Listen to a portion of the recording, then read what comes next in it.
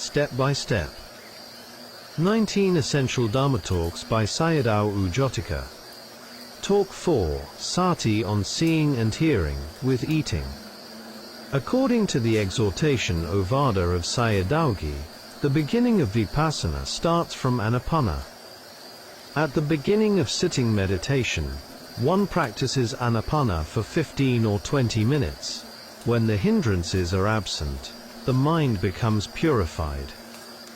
Otherwise, the mind is overwhelmed by lobha, dosa, and moha, and it is not easy to practice insight for a long time.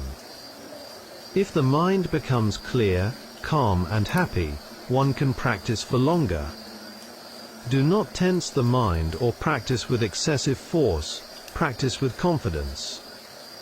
Contemplating the rising and falling of the abdomen, the Mahasi system, does not mean seeing the abdomen, it means knowing the pressure and movement of the air.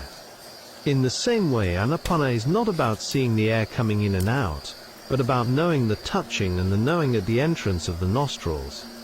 If one contemplates at the top of the head, one knows movements, sensations, warmth and coolness.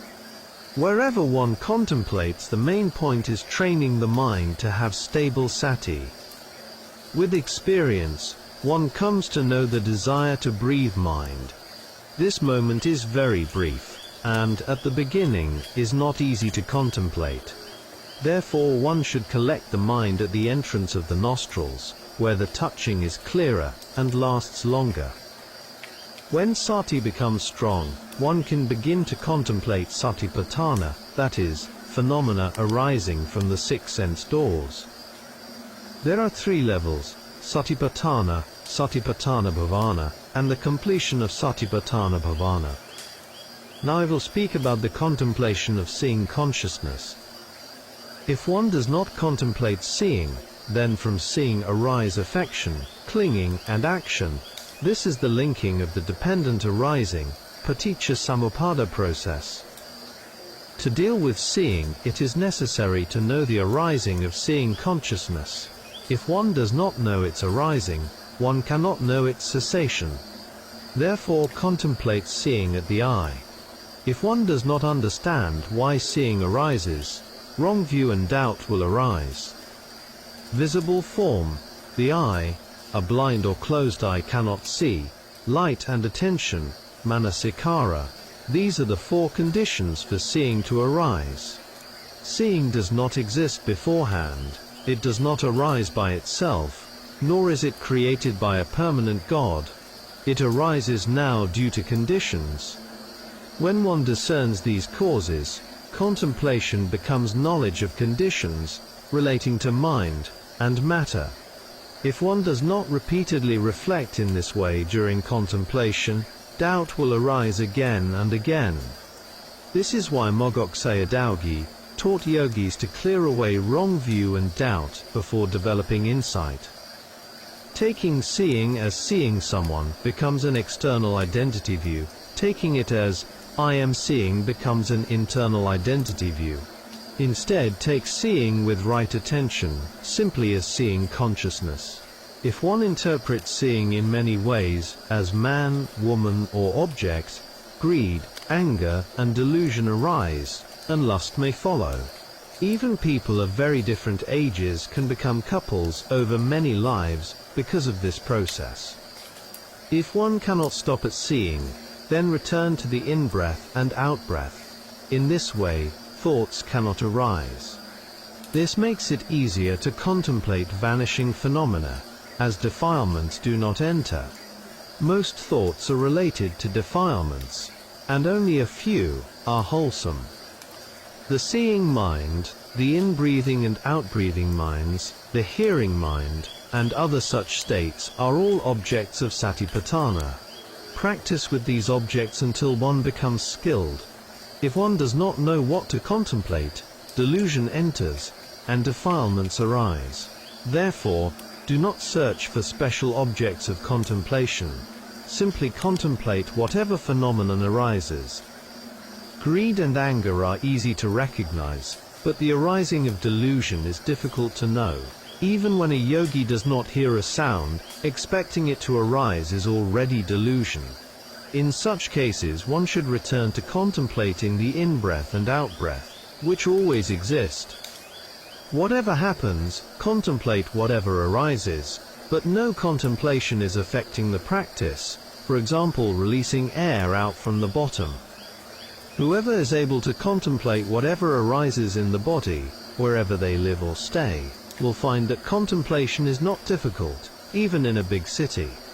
There is no need to run away or search for special places. Objects of contemplation are always present. For these reasons, the Mahasi system is especially suitable for everyday life practice, as it closely follows the detailed structure of the Mahasatipatthana Sutta. Mogok Sayadaw also mentioned this important point in some of his talks. The main obstacle in practice is delusion or ignorance. Because of delusion, craving, tanha, arises, leading to greed, lobha, and aversion, dosa. Therefore, do not take pleasure in samadhi, based only on the in-breath and out-breath. There have been many people who suffered because they were unable to contemplate their seeing and hearing. We can read many such stories in the suttas and Jotika tales, and we can also observe this in our surroundings and daily lives. Do not let sati fall away. This is the main point in practice. Without mindfulness one cannot discern the arising of phenomena, nor their vanishing. If samadhi becomes excessive, sudden loud sounds may lead to fright. Therefore samadhi and virya must be kept in balance. Sounds can become a hindrance to the development of samadhi. Now regarding the consuming of food, I will explain how to reflect for people who have strong craving for food. This teaching refers to the story of parents and their baby boy in the desert, found in the Ahara Sutta of the Nidana Samyutta, Sutta number 63, 3, commonly known as the Sun's Flesh Sutta. This is an important sutta that every person should know. This sutta explains the 4 kinds of nutriment necessary for the maintenance of beings: edible food, contact, phassa, mental volition, cetana, and consciousness.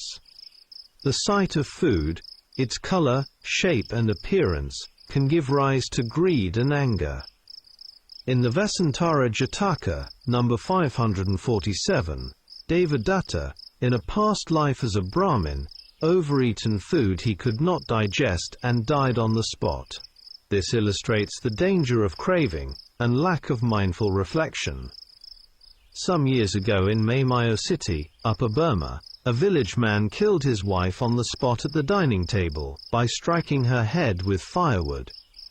This happened because he did not see the chilies dish on the table. Therefore yogis must contemplate the seeing of food. If attention is given to steaks, chicken meat and similar objects, wrong view can arise. Making sounds while eating can also give rise to anger. For example, the sounds of spoons, forks, knives, chewing, and so on. Therefore, one must also contemplate sounds when eating with others.